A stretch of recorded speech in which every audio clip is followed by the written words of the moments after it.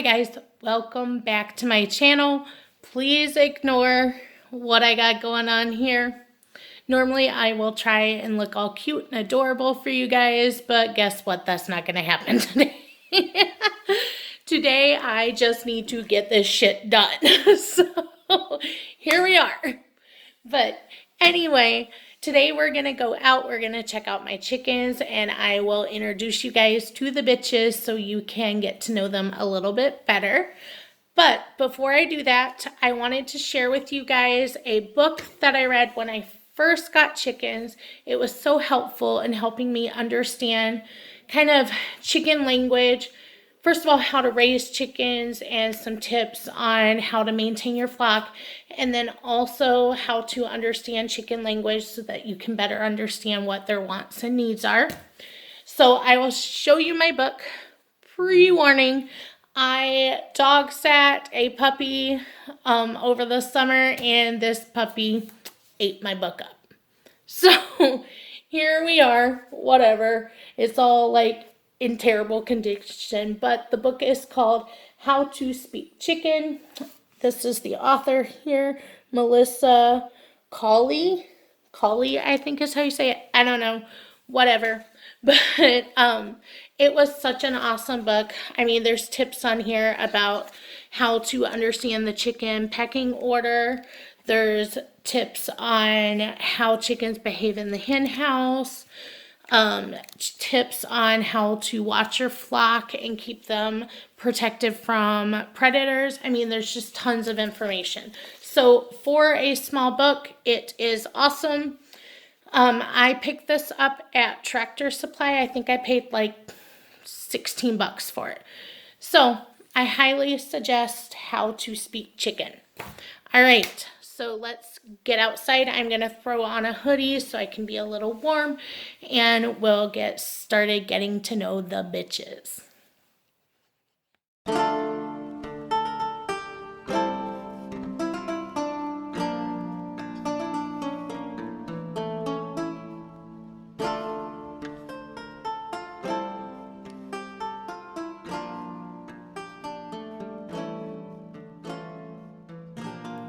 We are headed outside. We're going to check on the chickens and see if they need food or water. And I thought while we were out there, I would introduce you guys to the bitches so that you can get to know them. So I'll see you out there. Figured I'd show you guys our setup real quick. So we actually converted an old camper, this is our old camper that we used to use, into a coop for the bitches. And then this is their run currently. We're actually going to extend this run all the way over next summer. We just kind of ran out of time with my hubby working on the road and things like that. Good morning, bitches. Hello, hello. So we're going to extend that over. This is actually a fenced-in area. So not only do they have the outer fence, but they also have their run fence. And then the coop. And we will usually let them out into this fenced-in area and let them roam. And then they also just kind of free range in the yard whenever we're all home. So they haven't been doing it much in the snow just because they don't like it. But hello, hello, my bitches. Hi. Good morning. All right. I will start introducing you guys to them.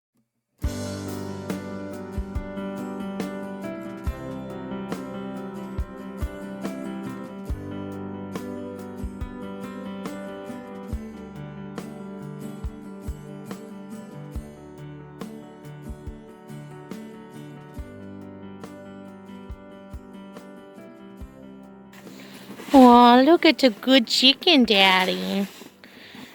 He's shoveling them out a little walkway. Hello, chicken daddy. Oh, hi.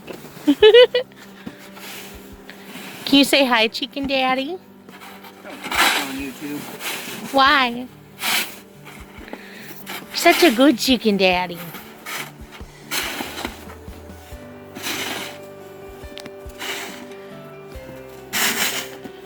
Okay guys, this one right here is Floofface. And that one running beside her right there, we call her Monster Truck because she like runs around all crazy all over the place. So over here trying to dust bath in the cold, cold ground is Mama with the feathers on her head. So we call her Mama because she takes care of all of the others, and she's always the last one into the coop at nighttime because she wants to make sure everybody gets in. And then the black one with the red on her head, that is McNugget. That one is my son's chicken. He absolutely loves that one. And she'll actually only go to him. And then the brown one, we call her Big Red. She's a good chicken. She really likes cuddles. She's a cuddly chicken. You ladies enjoying a dust bath? It's got to be cold.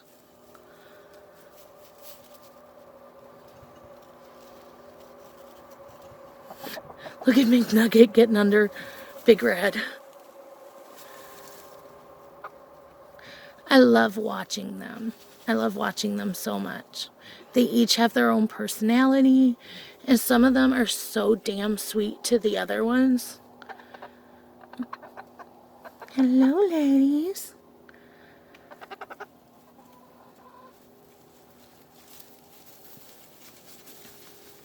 Okay, let's go meet some more of the hens.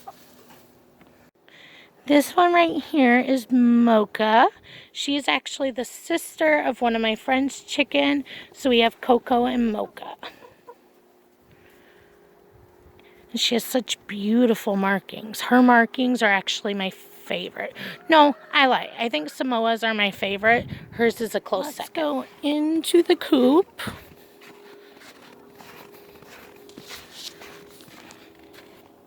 I'll show you guys the inside.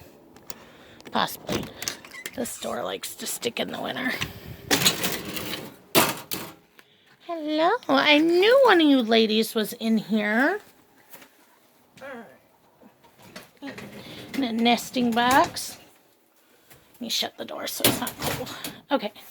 So this one in the nesting box, that is PETA 2. Oh, it looks like she's got some eggs in there. So I have PETA 1 and PETA 2. Those are both my husband's chickens.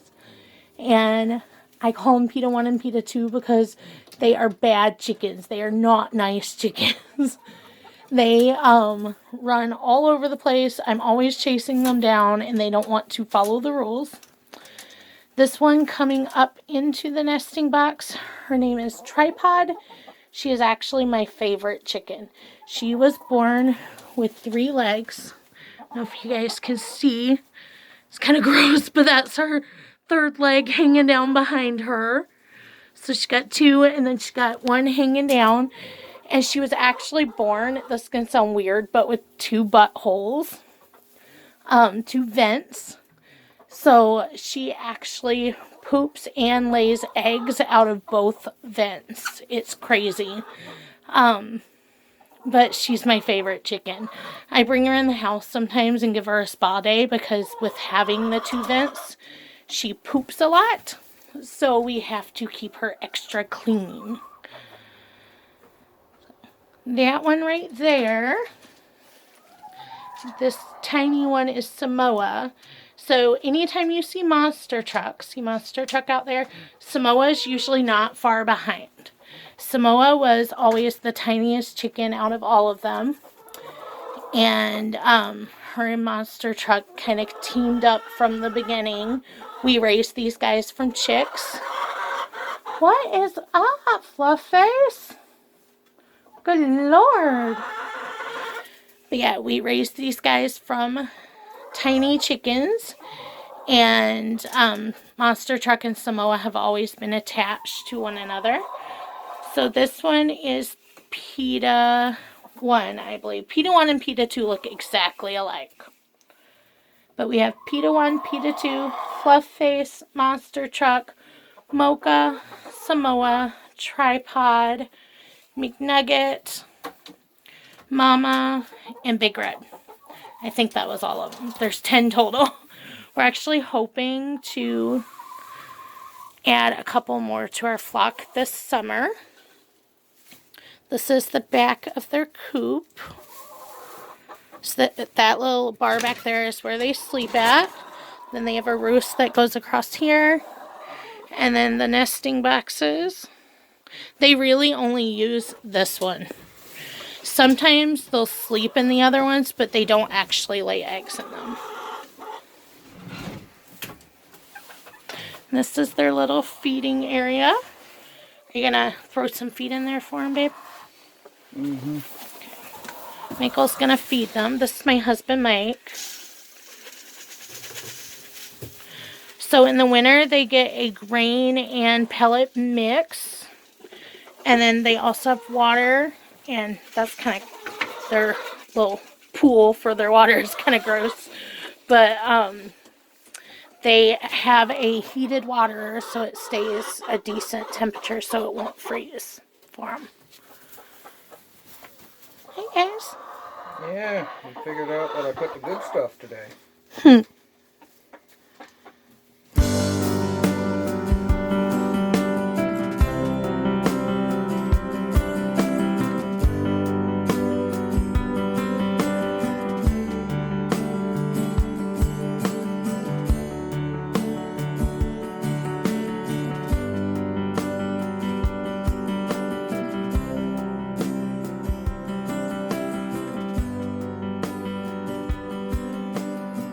While I'm out here, I'm going to go ahead and collect these eggs. We usually collect about 12 or 1 o'clock, especially in the winter, because they'll lay most of the morning. There's a tripod going up in there.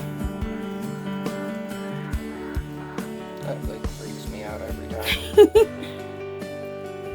He's just a little part of her.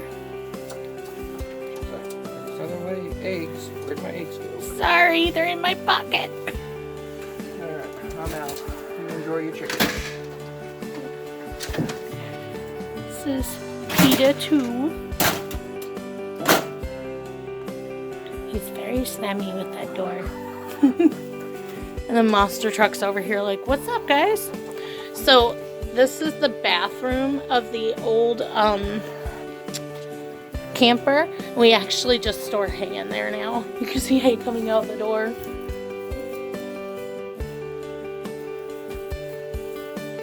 What you doing there, bub? Oh, okay. She doesn't want to be in here anymore.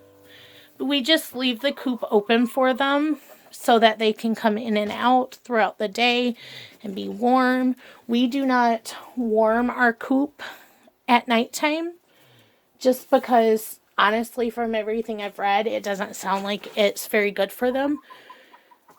They are in a cold climate. They were born into this climate, so it just kind of keeps them, it makes them cold hardy, I should say.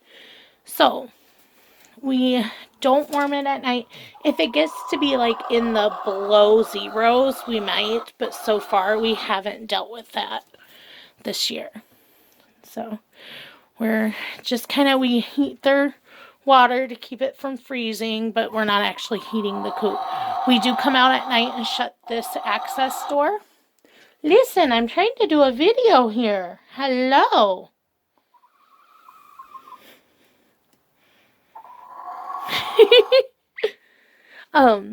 But yeah, we do come and shut this access door every night and just kind of count to make sure they're all here. And then they're typically okay.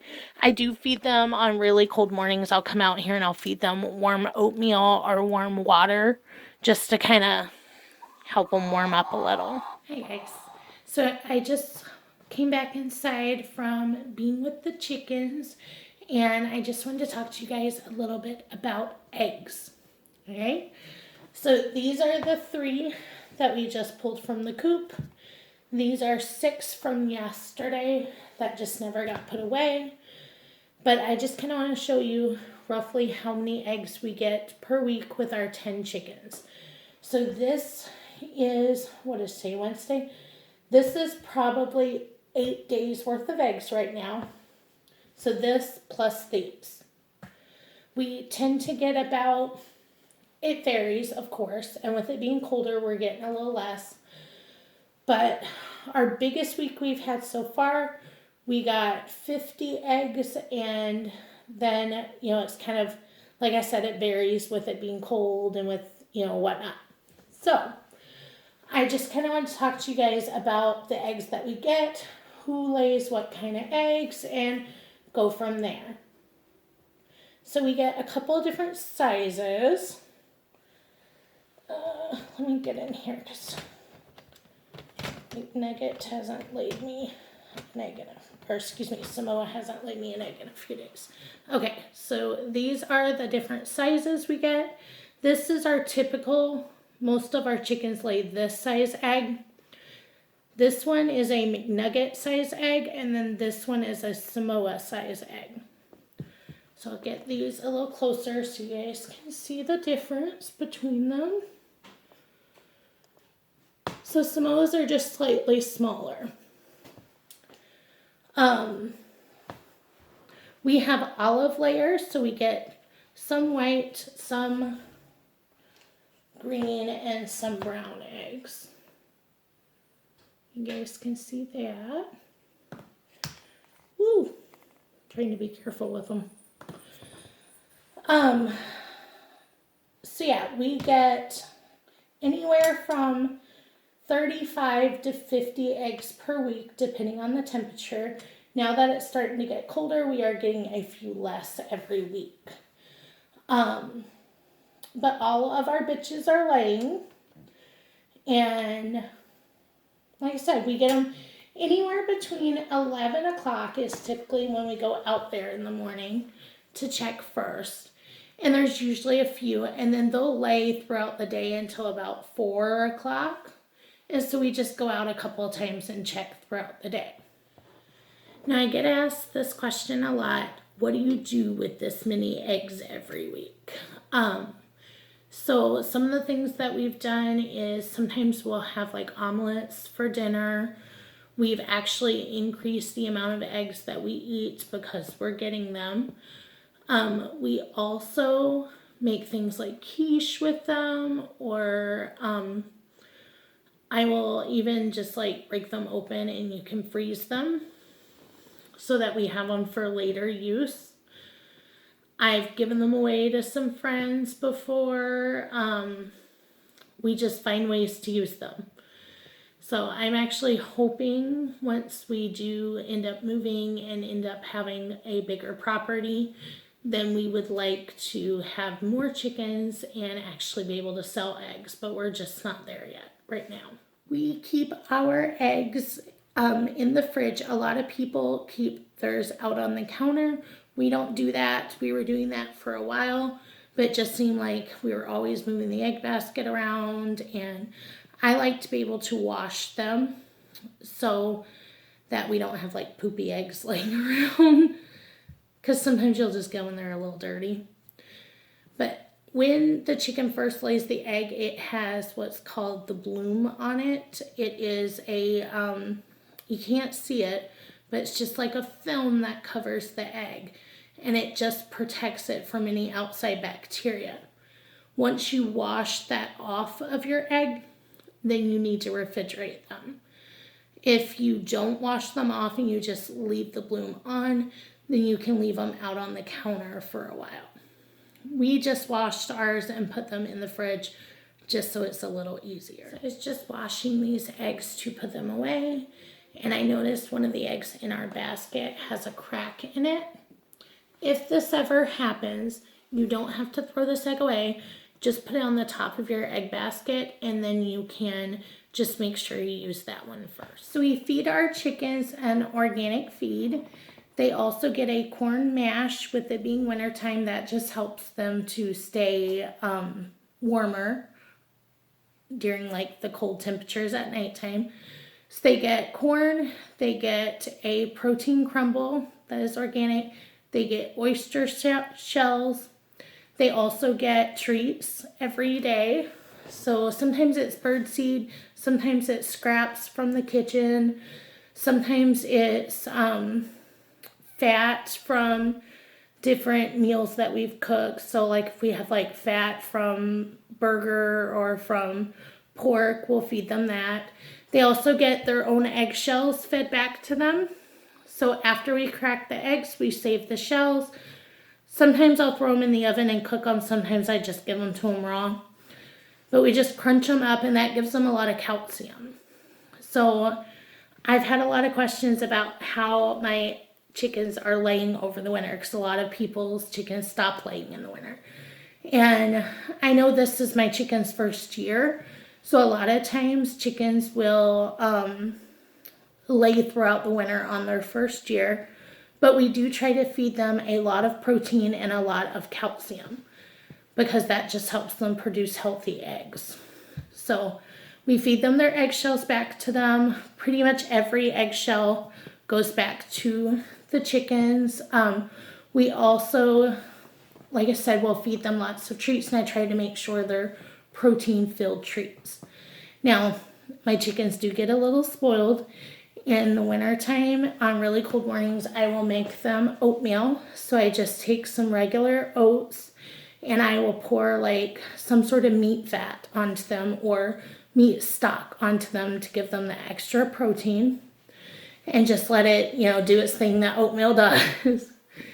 And then they'll get that and some warm water.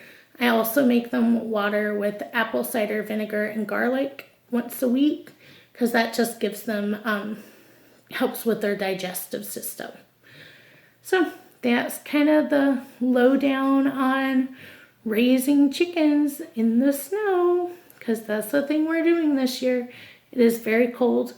At nighttime, I do not like going out and shutting the pen because it's cold, but we do what we gotta do to keep them happy and healthy. So, if you guys have any questions about raising chickens, go ahead and drop them in the comments. I am brand new to this year, but I will try to answer with some of the information that I've learned over just this last year. So drop some questions in the comments. Make sure you guys subscribe to this video if you would like to see more and find out more about raising chickens. Have a great day.